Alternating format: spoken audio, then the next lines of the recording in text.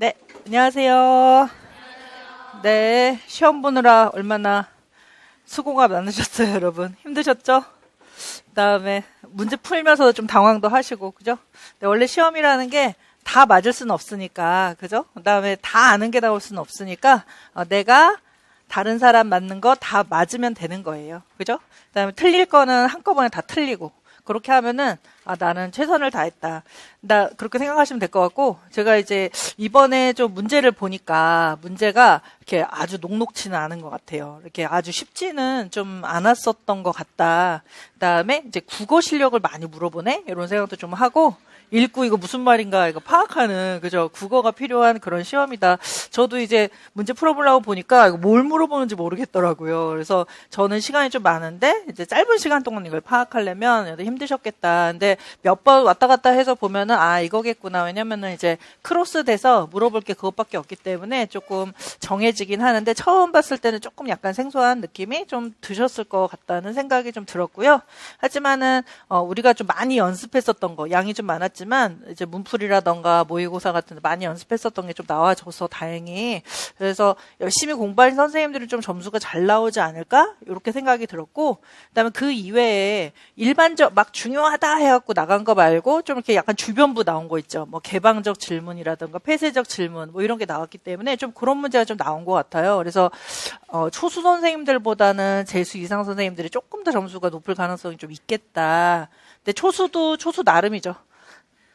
왕 열심히 하는 초수 있어요. 재수를 막 뛰어넘는 그런 선생님은 더 열심히 잘 됐겠지만, 재수 선생님들이 좀 이렇게 약간 좀 퍼지는 그런 문제가 좀 옛날 장학사를 좀 나오고 해서 약간 유리하지 않았나 이렇게 좀 생각이 들고요.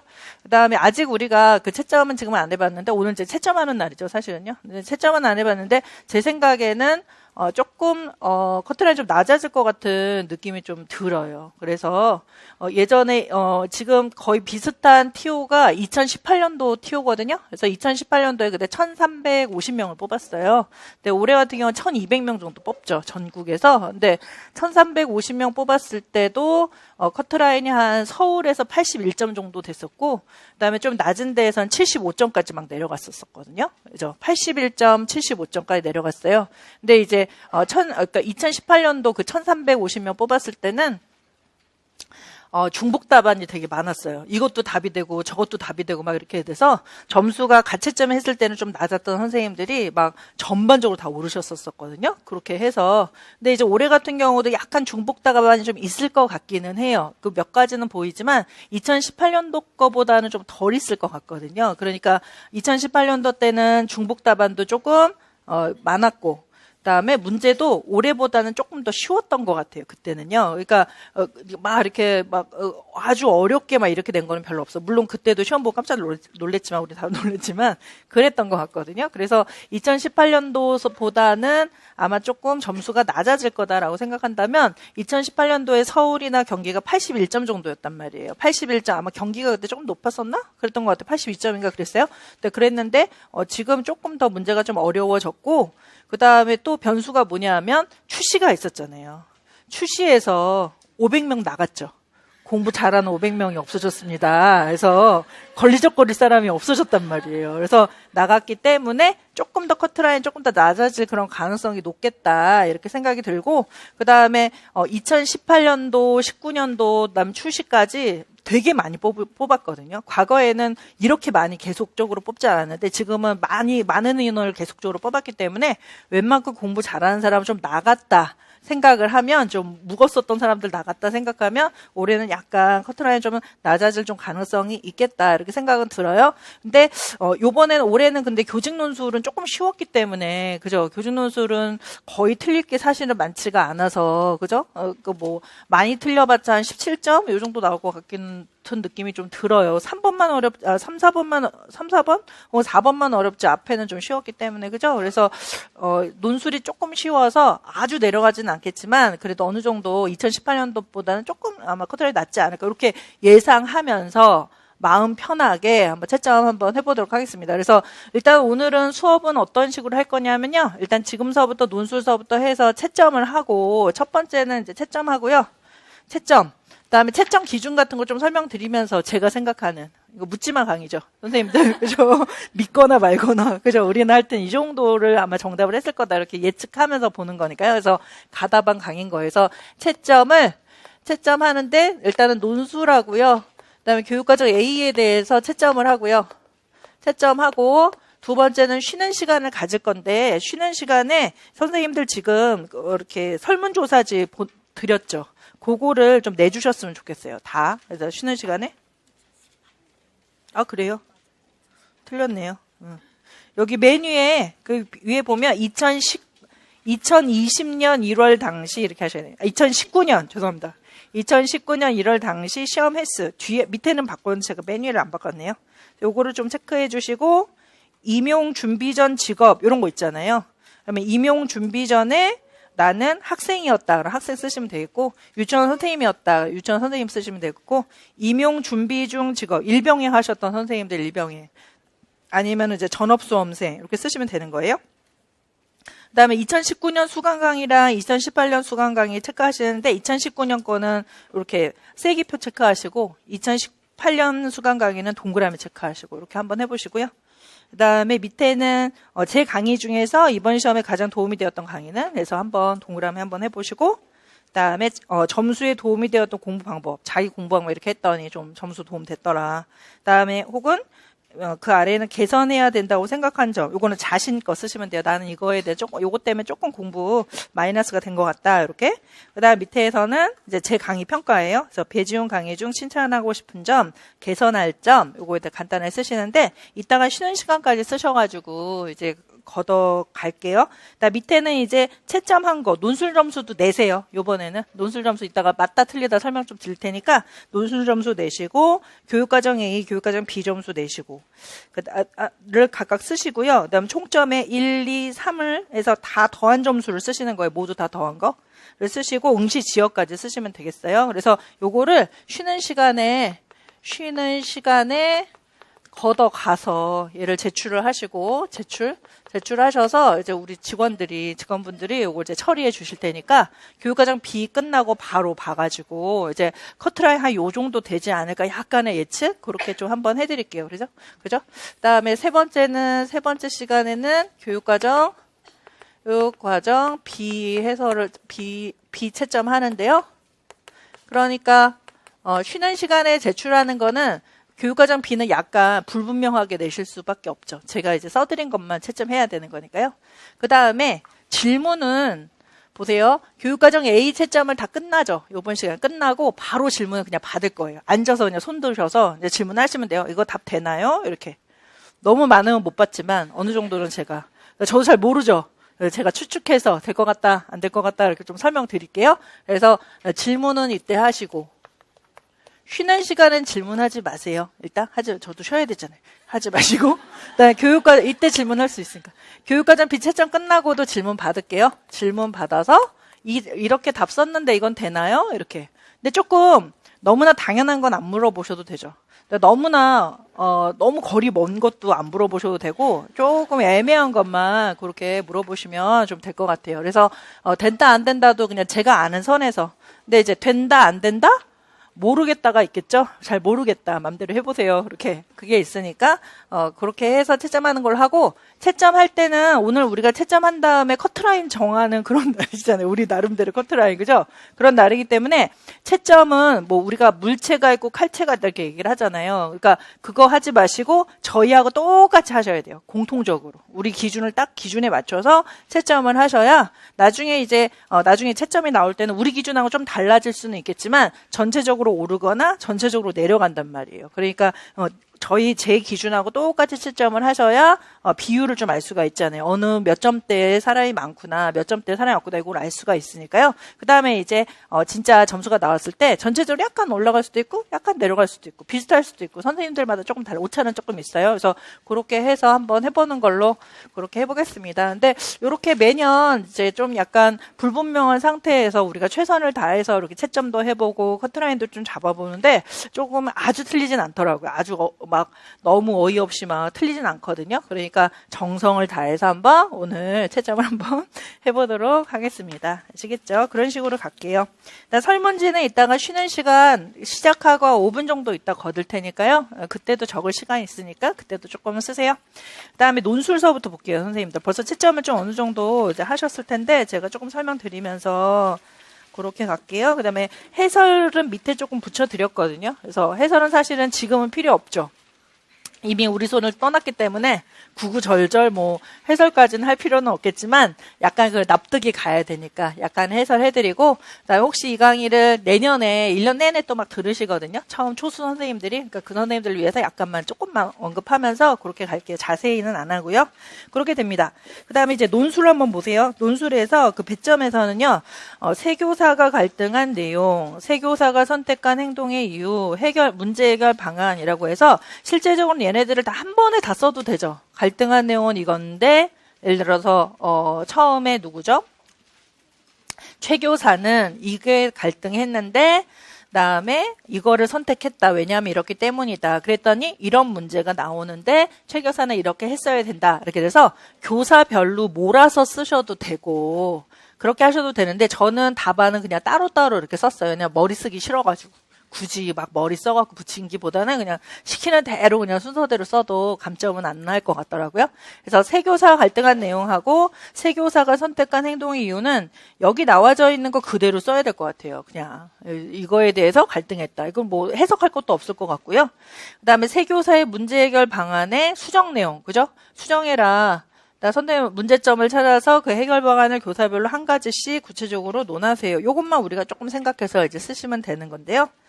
첫 번째는 일단 갈등한 내용은 다 아시죠? 최교사는 편식하는 주영이에게, 그죠? 골고루 먹여야 할지 싫어하는 음식을 남기는 걸 허용해야 될지 갈등했다, 이런 식인데요.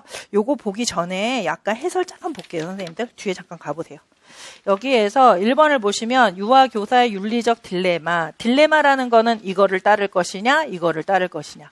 그러니까 골고루 먹는 게 좋잖아요. 그래서 교육과정에서는 골고루 먹게끔 그렇게 한단 말이에요. 그게 우리 규칙이고 우리 어떤 매뉴얼인데, 그 매뉴얼을 따를 것이냐, 아니면 지금 현재 개별 유아가 선호하는 거, 지금 되게 싫어서 먹기 싫다, 난 이것만 먹고 싶다 할 때 그 아이를 허용해 줄 것이냐 해서 교사들이 좀 딜레마를 겪을 수가 있다. 이걸 해야 되나 저걸 해야 되나 잘 모를 때가 있다라는 거예요.